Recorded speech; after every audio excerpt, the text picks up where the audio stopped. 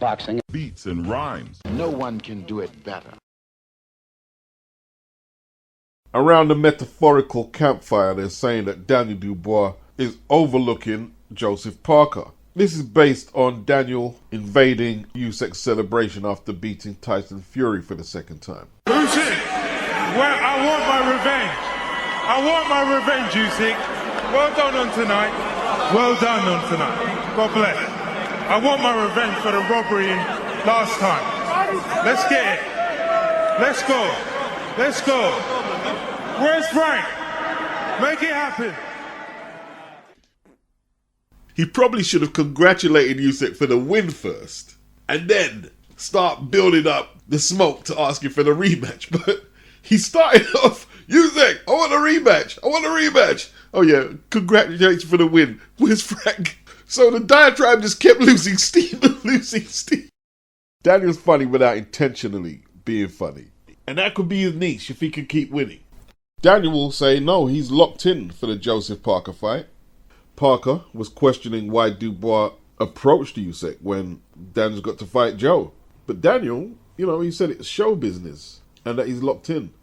I think with Daniel, he now accepts that the back and forth smack talking is a part of the game. People want a lot of extracurricular footage as well as the fight. And a lot of people were saying he's also overlooking Joseph Parker because he says he's going to do a demolition on Joe. And he's not giving you an in-depth breakdown on how he's going to do it. It's just, I'm just going to do a demolition job and move on. And I guess in their minds he's being dismissive of Joseph Parker.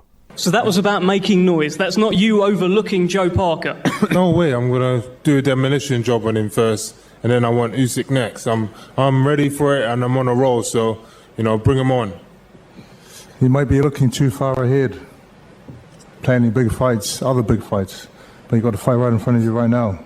No, ask him. I got my mind firmly set on you. They You're better the be. next man. Hey? They better be. Daniel is not a sophisticated smack talker, but he's embracing the role. He's not a wordsmith. He's not going to engage anybody in a long, lengthy discourse of any complexity. His go-to line is, let's go. I'm going to do a demolition job. I'm going to do a demolition. And I think what's troubling Joseph Parker is he can't get Daniel's attention. Daniel's almost pretending like Joseph Parker isn't there. And Daniel's not doing that deliberately. This is who he is, or who he's become. He's not taking Joseph Parker serious. Daniel feels he can smash Joseph Parker to pieces. And it's not arrogance. That's what he believes. He didn't just call out Usyk. He called out Jake Paul. And in a way, it's good that he's a little, I don't want to say awkward no more, actually. I want to say he's a little unconventional the way he communicates. I think it's good because he's finding his own style. He's finding ways to be comfortable with his unconventional, detached persona. It's all about making noise. This is show business, so that's who I want next. First, I've got to get through this guy. Some of the fans are taking it personal to me. Like, now they're saying he's too cocky. Daniel's too cocky, needs to be taken down a peg or two. They basically want the guy who fought Tom Little back, who got upset when Tom mentioned his dad. They want him back. Well, I don't like Tom. I don't dislike him, but Tom to me looks like a very weak man, to be honest. He's a very weak man, and We're I'm going to show him weak, something. man. You're a weak man. We're still weak, man. You're weak. I'm nothing. I'm weak. You're nothing. Listen, that's all you got is strength. Listen, you stand in front of a track. I don't care what you are. Yeah? I don't care. You don't care. You'll care very shortly. I can't believe I've got you at all. I can't believe I've got you at all. Honestly, I'm don't get a pay rise. Listen, never mind weak. It don't take power. Power's. I'm not talking about mentally. You're not strong. You're not strong. You don't have a You're brain, boy. You're weak. This is the most You're people weak. seen of you. You're weak. Have you got anything else other than weak? Or anything just, you're weak? You are a weak man, and I'm going to show you that outside. Listen, let me tell you something. I've been living in your head for 6 weeks rent free. I'm fighting for my own dream. You're fighting for your daddy's. Alright? You're the Michael Jackson of boxing. You're the Michael Jackson of boxing. What You does ain't that had a mean? child. You What ain't does had a that childhood. Go to the gym, train, do this, do that. I've been blessed to have a dad that's put me in the gym from a very young age, and he's looked after me, he's guided me. So don't say nothing about my dad. Listen, it ain't a bad thing. I'm not disrespecting your father in one slightest bit. The British fans basically like the Daniel who's not as confident, who's not as brash, who's not going to upset them. For what reasons? You'd have to ask them. I don't want to say it's a British thing and make stereotypes, but there has been sections of British media and public who don't like that brash, confident sportsman. They see it as an American thing, perhaps. Although they love Muhammad Ali over here. And sections of the public love Tyson Fury. Although that's probably leveled out by how unpopular he is with a certain section of the British public. And I don't think Daniel's bothered whether the British public or certain sections of the British public like him or not. Daniel's got this thing with his dad where they seem detached from a lot of what is going on around them. For instance, Daniel's little sister, Caroline Dubois, is a WBC women's lightweight champion. Caroline has either removed herself or been removed out of the circle. The common denominator, Dad, and when she opted to stay with Shane McGuigan and Daniel left the gym. Caroline has made several videos that she doesn't talk to her brother and talk to her dad, and it had an effect on her. Visibly, you could see that. Daniel ain't made no videos about it. Daniel's just getting on with it, and there's a certain coldness about that, is what most people will say. Let me add, without knowing the facts, a ruthlessness, perhaps, where they're not very emotional about other people's feelings, perhaps. So, for instance, when Joe Joyce's mum said this to Daniel, let's play the clip. Yeah, I've got a question for Daniel. If you get ill before the fight, you're going to pull out. What's going to happen?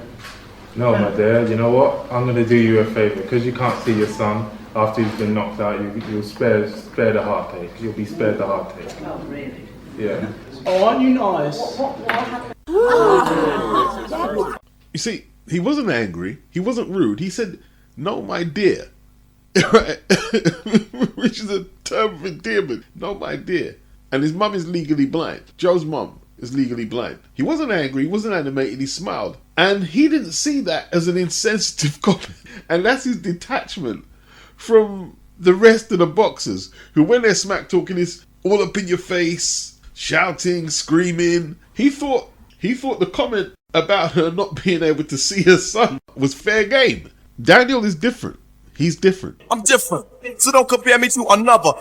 You heard Joe shout, "Oh, aren't you nice?" after Daniel said it. And while Joyce didn't get violent or animated, that touched him. And that put extra fire in his belly. You know what I mean? No good idea, Daniel. Don't do that one again. Big baby. Every baby has a daddy. And I'm going to beat you like I'm your daddy. Hey! What's up? I don't know what card they prompted you to read that on, but... You see, it sounds rehearsed, but that's the endearing part of it. Like, he keeps it simple. The smack talk, the strategy in the ring, the technique, he keeps it simple. You see, this is post-USEC. This is the first real training camp that Don Charles had with Daniel. Full training camp for Jarrell Miller. In that press conference, you see Frank Warren, he was trying to urge Daniel, say something back. Say something, give it to him back. Because when things went against him, against USEC, he four-letter worded it, yeah? He did. But right now, Don Charles, Frank Warren, let's not forget Frank, his dad, Kieran Farrell, have got Daniel right where he needs to be. And Daniel's enjoying it. And him being champion right now might just be the wrong time for Joe Parker facing Daniel Dubois right now. You see, Daniel ain't taking those shortcuts in training. So when he sounds dismissive about Joe Parker's prospects, it's because he's training like a mad person. And he's feeling himself. He just knocked out Joshua, Hrgovic and Miller. He's feeling himself. And he should be feeling himself. It might not be to the likings of the modest British thing that some people have going on. But that's where he needs to be. Then after Miller, by the time he got to Hrgovic, Hergovic, I'm the daddy. I heard you been calling out everyone else's name. I can't hear mine. Are you ready? Because I'm ready. It was scripted. They probably filmed that a few times. It was scripted. But there's nothing wrong with that. There's nothing wrong with that. It's reenacting battle. It's getting yourself into character. And that's what he's doing. And even though that one was scripted, it was heartfelt. He wanted to avenge the sparring stories that Hrgović was putting out there. He wanted to beat this guy up. Daniel at this point is understanding that the psychology outside the ring is just as important, maybe even more, than just throwing hands inside the ring. He has the basic style. He's a little bit slow. You can see his punches coming. He don't have great defense, so he has easy style, you know. He's not some kind of a slick fighter or southpaw or some crazy fast guy. So his style is normal. When we sparred in London, what happened in the sparring? This guy is so fucking stupid. He mentioned the sparring where he got beaten up. So why you mention this? You should be quiet about this. I should mention this. He got the mic and he talked about that sparring. He was destroyed, man. I mean, it was a long time ago. He was young, but I was young as well. I just turned professional. This guy is so effing stupid, and he alluded to not being an intelligent person several times. He was very arrogant, and he was trying to bully Daniel psychologically. But Daniel took the best right hands that Filip Hrgović could throw. It looked touch and go, whether he could produce the W, but he broke Filip Hrgovic's will and stopped him in the 8th round and became the interim IBF champion. He was an underdog. Now, Daniel Dubois had arrived. Hrgović was 17-0, a bronze medalist Olympian. His fight before this was against Jarrell Miller, who was 26-0 with 1 draw. And that was looked upon as a 50-50 fight. He looks a totally different fighter from the guy who fought Usyk, but we have to bear in mind that he is not fighting Usyk. Don't disrespect No, you can't intimidate Don't me. disrespect You can't me. intimidate me. Don't disrespect You can't intimidate me. Daniel, don't Who do you disrespect think you are? Daniel, don't disrespect me. Can't put this strap on your face. No, don't disrespect me on my life.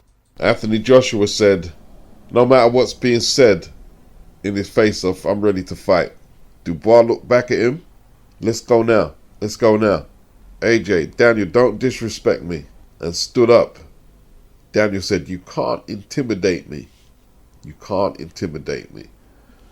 And he appeared to have struck a psychological blow against the former 2-time heavyweight champion Anthony Joshua, Olympic gold medalist. Record attendance at Wembley Stadium, 96,000. The biggest fight in the United Kingdom last year. What I wasn't ready for was the dominating manner that Dubois won the fight in. Dubois dominated AJ. AJ staged a comeback in the 5th, tagged Daniel with a hard right. Daniel retreated. I don't think he was hurt that bad actually, but the tide looked like it was turning. AJ got a little right hand happy with that uppercut. Down he went for the 4th time in the fight, 4th and the last time. Knocked out by Daniel Dubois. Spectacular victory. And currently has one of the best heavyweight resumes in the division right now, on the strength of his last 3 wins. He attempts to extend that against Joseph Parker next time out.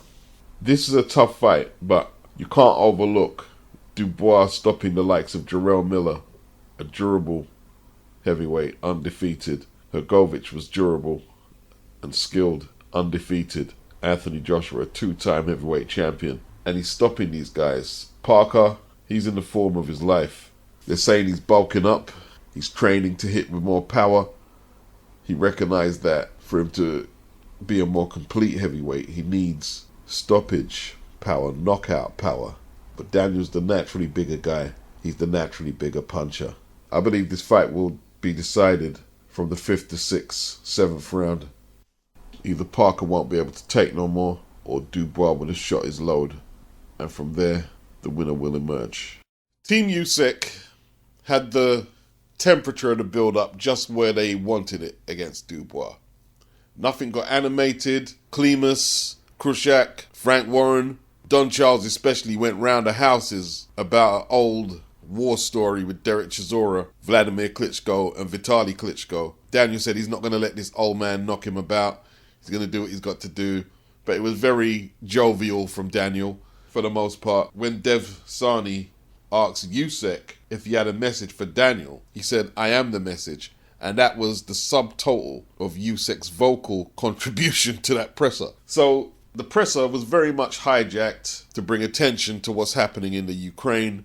The fight was held in Poland. Poland share a border with the Ukraine. Frank Warren didn't seem to believe that Daniel really was going to win. I'm not sure if Don Charles believed it. And Daniel was just coming off the fight with Kevin Lerena, where he was on the deck a couple of times in the first round. And I think it would be safe to say his confidence might not have been where it needed to be for what many may have seen as an insurmountable challenge taken on Alexander Usyk.